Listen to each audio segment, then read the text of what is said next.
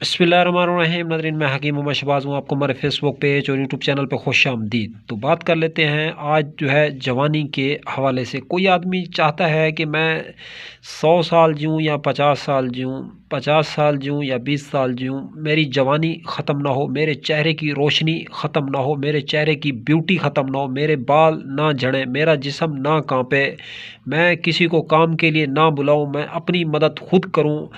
तो इस ऐसी सूरत हाल में जो है आप लोग जो है मुरब्बा आंवला, मुरब्बा हरीड़ और मुरब्बा गाजर, इस तीनों चीज़ों को जो है मिक्स करके कूट के 1 से 2 चम्मच सुबह शाम अगर आप लोग खा लेते हैं तो आपको जो है किसी किस्म की कोई परेशानी नहीं होगी। तो जवानी आपकी जो है कामयाब रहेगी और बरकरार रहेगी। तो अगर आप लोगों को दूध जो है नुकसान नहीं देता तो ये नुस्खा दूध से भी खा सकते हैं, 2 चम्मच जो है 2 टाइम या 3 टाइम।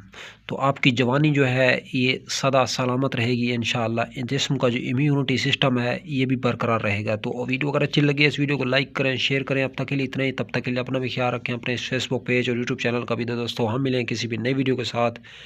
अब तक के लिए इतना ही। खुदा हाफिज़।